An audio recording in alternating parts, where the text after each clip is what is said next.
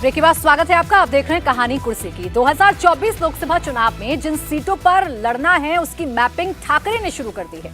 कौन सी 23 सीटों पर शिवसेना दावा ठोक रही है, अब वो भी सामने आ गया है। अगली सीट शेयरिंग की बैठक में उद्धव गुट इन 23 सीटों की लिस्ट गठबंधन के साथियों के सामने रखेगा। अगर प्रकाश आंबेडकर की पार्टी वंचित बहुजन आघाड़ी इंडी गठबंधन में शामिल होती है, तब शिवसेना यानी उद्धव गुट अकोला की सीट वीपीए के लिए छोड़ेगी। अगर पूर्व सांसद राजू शेट्टी इंडी गठबंधन में शामिल होते हैं तो उनके लिए हाथ कड़ंगले की सीट छोड़ने पर विचार हो सकता है। 2 जनवरी को ही राजू शेट्टी ने उद्धव ठाकरे से मातोश्री पर मुलाकात की थी।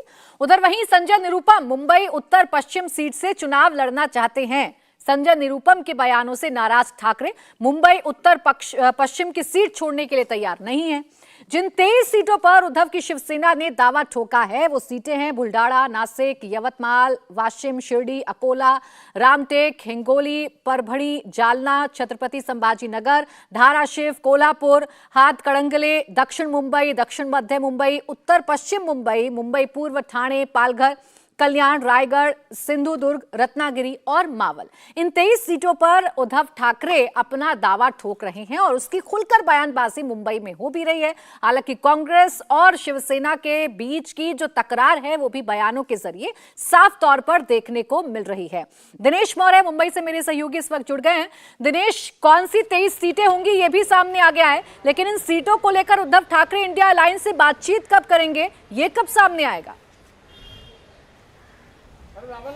दिल्ली के जो नेता है, जो महाराष्ट्र कांग्रेस के इस समय दिल्ली में, वो जैसे ही मुंबई लौटेंगे उसके बाद सीट बंटवारे की बातचीत का सिलसिला शुरू हो जाएगा। ठाकरे ने और पवार ने मिलकर रणनीति बनाई हुई है कि जब भी पहली बातचीत होगी तो वो अपना दावा पहले पेश करेंगे। साथ ही में एक और चीज़ प्रमुखता से ठाकरे की तरफ से कहा जा रहा है कि सीट बंटवारे की बातचीत जब शुरू होगी तब जो सीटें 2019 में जिस दल ने जीती है, यानी शिवसेना ने 18 सीटें जीती है, शरद पवार की पार्टी ने 4 सीटें जीती थी और कांग्रेस ने 1 सीटें जीती थी, तो इनको मिला लिया जाए तो कुल 23 सीटें होती है। तो इन 23 सीटों को छोड़कर जो बची हुई 25 सीटें हैं, उन 25 सीटों पर पहले बातचीत होगी। जिस दल ने पिछले चुनाव में जो सीटें जीती थी वो उन्हीं को मिलेगी। ये प्रिंसिपल स्टैंड जो है ठाकरे की तरफ से लिया जा रहा है। दरअसल ठाकरे को यह एहसास है कि जिस तरह से उनकी पार्टी टूट गई है, शरद पवार को एहसास है कि जैसे उनकी पार्टी टूट गई है, तो कांग्रेस इस समय डोमिनेंट पोजीशन में है और कांग्रेस को अगर फ्री हैंड दिया गया अगर इस पूरे सीट शेयरिंग की बातचीत में, तब वो दबाव बना सकते हैं और ज़्यादा से ज़्यादा सीट जो है मांगने की कोशिश कर सकते हैं। और इसीलिए पहले दिन से ठाकरे की तरफ से ये अग्रेसिव स्टैंड लिया जा रहा है ताकि कांग्रेस को दबाया जा सके। कांग्रेस की जो राज्य में फिलहाल स्थिति है उसे उन्हें आईना दिखाते हुए, क्योंकि उन्होंने सिर्फ 1 सीट जीती थी, इस समय उनके एक भी सांसद नहीं है। जो सांसद जीत कर आए थे, दुर्भाग्यवश उनकी मौत हो गई थी। तो इस समय कांग्रेस का आंकड़ा महाराष्ट्र में सांसदों को लेकर 0, और इसीलिए शिवसेना जो है लगातार कह रही है कि पहले 25 सीटों पर बातचीत करेंगे, उसके बाद पिछले बार जिन्होंने जो सीटें जीती थी उस पर चर्चा की जाएगी। तो ये स्टैंड लेकर चल रहे हैं ठाकरे। साथ ही में शरद पवार की पार्टी जो है वो पीछे से ठाकरे को सपोर्ट करे। वहीं दूसरा एक और बड़ी जानकारी हमें सामने निकल कर आई कि आज की बैठक के पहले महाराष्ट्र कांग्रेस के नेता कुछ दिन पहले दिल्ली में गए थे। वहां पर जो उनकी बातचीत हुई, वहां पर महाराष्ट्र कांग्रेस के नेताओं ने अपने दिल्ली आला कमान को कहा है कि इस समय महाराष्ट्र कांग्रेस को झुकने की जरूरत नहीं है, क्योंकि महाराष्ट्र कांग्रेस ही इस समय गठबंधन में इकलौती ऐसी पार्टी जो एकजुट अब भी बनी हुई, जबकि शिवसेना टूट चुकी है, पवार टूट चुके हैं। उनकी पार्टी में जो पहले ताकत थी वो ताकत इस समय नहीं है। और इसीलिए अगर, और साथ ही में कांग्रेस के नेताओं ने, महाराष्ट्र कांग्रेस के नेताओं ने यह भी कहा है कि ठाकरे का जो अग्रेसिव रुख है उसके लिए कहीं ना कहीं शरद पवार पीछे से बैकिंग दे रहे और उत्साह बढ़ा रहे हैं ठाकरे का कि वो ज्यादा से ज्यादा सीटों की डिमांड करे। तो ये एक मैसेज महाराष्ट्र कांग्रेस के नेता अपने दिल्ली आला कमान के लिए लेकर गए कि बातचीत जब शुरू होगी तब हमें फ्रंट फुट पर बातचीत करनी है, झुकना नहीं है। तो ये फिलहाल आज इस समय जब हम बात करें, बिल्कुल। और देखिए दिनेश, ये बयानों से भी समझा जा सकता है, चाहे संजय निरुपम का बयान हो, फिर उस पर संजय राउत का पलटवार हो, ये तो समझा जा सकता है कि तल्खियां तो हैं, कम से कम जो स्थानीय यूनिट है उसमें तो तल्खियां हैं। अब इसके बीच का रास्ता कैसे निकलेगा, यही देखने वाली बात होगी। समीर जी, रास्ता निकलेगा कैसे? जैसा दिनेश बोल रहे हैं कि अगर बैक सपोर्ट पवार उद्धव ठाकरे को कर रहे हैं तो ये कांग्रेस के लिए चुनौती बढ़ा सकता है क्या सीट शेयरिंग को लेकर? निश्चित रूप से देखिए, महाराष्ट्र के राजनीति के अंदर शिवसेना और भारतीय जनता पार्टी गठबंधन में लंबे समय से चुनाव लड़ते रहे। राष्ट्रवादी कांग्रेस और कांग्रेस मिलकर चुनाव लड़ते हैं। ये पहला लोकसभा का चुनाव होने जा रहा है जिसके अंदर और उद्धव ठाकरे कांग्रेस और राष्ट्रवादी के शरद पवार के साथ मिलकर चुनाव लड़ेंगे और कांग्रेस उद्धव ठाकरे के साथ मिलकर चुनाव लड़ेगी, तो मुझे ऐसा लगता है कि सीटों के बंटवारे में सबसे बड़ी समस्या इन्हें आने वाली है। उद्धव ठाकरे और भारतीय जनता पार्टी के अंदर 23 और 25 सीटों का अंडरस्टैंडिंग था। 23 सीटों पर शिवसेना लड़ती थी। शिवसेना का कहना है कि 23 सीटों पर हमारा ग्राउंड वर्क है, हमारे शाखा प्रमुख है, हम लंबे समय से लड़ते रहे, हमारे वहाँ कैंडिडेट है, हमारा वहाँ आधार मजबूत है, तो 23 सीटें हमें चाहिए। कांग्रेस का भी यही कहना है कि हम और राष्ट्रवादी कांग्रेस जब लड़ते थे तो हम 26 सीटों पर लड़ते थे, राष्ट्रवादी कांग्रेस 22 सीटों पर लड़ती थी, तो हमारा भी 26 सीटों पर आधार है, राष्ट्रवादी का 22 सीटों पर आधार है, तो सीटों का बंटवारा होगा कैसे? मुझे ऐसा लग रहा है कि इसमें आज की परिस्थिति में तीनों दल जानते हैं कि उन्हें अगर महाराष्ट्र के अंदर 48 सीटों में ज्यादा सीटें जीतना है तो आपस में मिलकर ही लड़ना होगा, तभी वह लोकसभा चुनाव में सीटें जीत सकते हैं।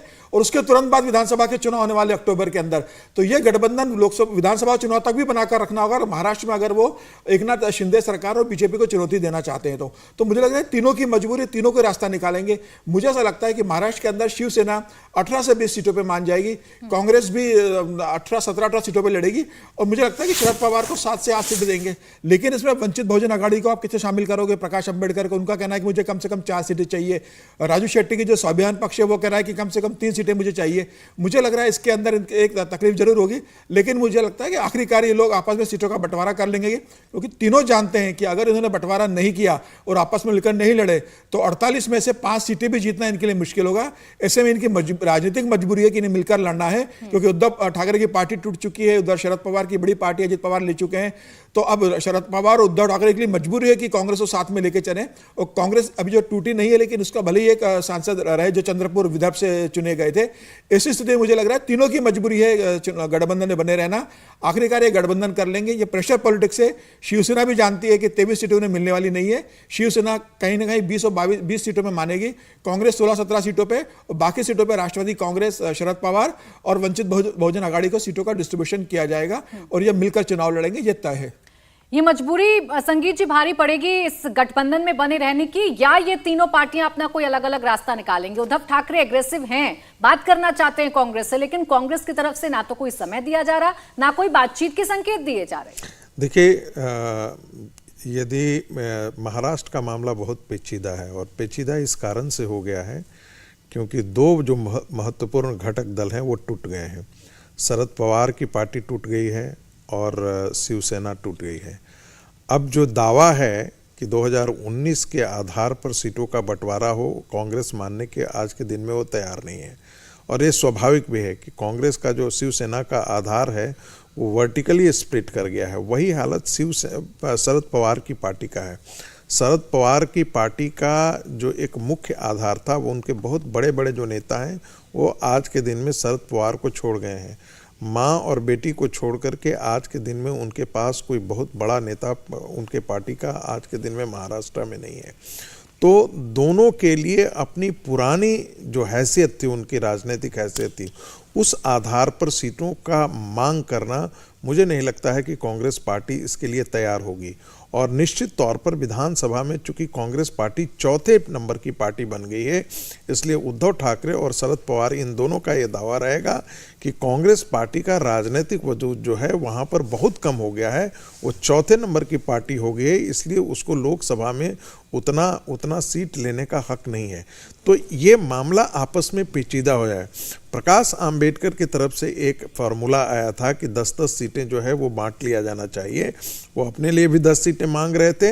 हालांकि वो ये सही है कि उनका सूत्र बताते हैं कि वो 5-6 सीटों पर जाने के लिए तैयार हैं, लेकिन उन्होंने जो फार्मूला बताया था कि इन पार्टियों को 10-10 सीटों पर आ जाना चाहिए, यानी कि 10 सीट पर कांग्रेस पार्टी लड़े, 10 सीट पर शिवसेना लड़े, 10 सीट पर शरद पवार की पार्टी लड़े और 10 सीट पर प्रकाश आंबेडकर की पार्टी लड़े।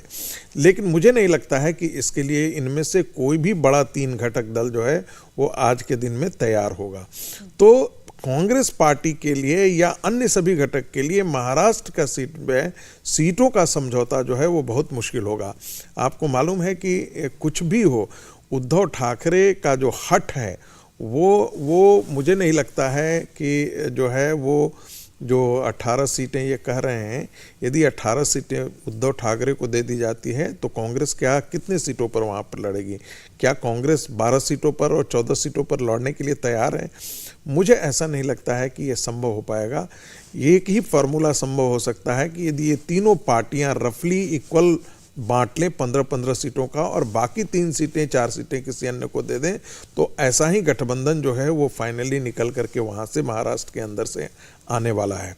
मुझे लगता है कि उसमें कांग्रेस पार्टी और उद्धव गुट दोनों ये चाहेंगे कि शरद पवार को कम सीटें दी जाएं, लेकिन क्या शरद पवार जैसे मंजे आदमी, राजनीति के वो मंजे हुए खिलाड़ी हैं, क्या इसके लिए वो महाराष्ट्र में तैयार होंगे? इसकी संभावना मुझे कम दिखती है। इस समय जो वहाँ पर सबसे ज़्यादा उतावली जो पार्टी है कि सीटों का समझौता जल्दी से जल्दी हो जाना चाहिए, वो उद्धव ठाकरे हैं।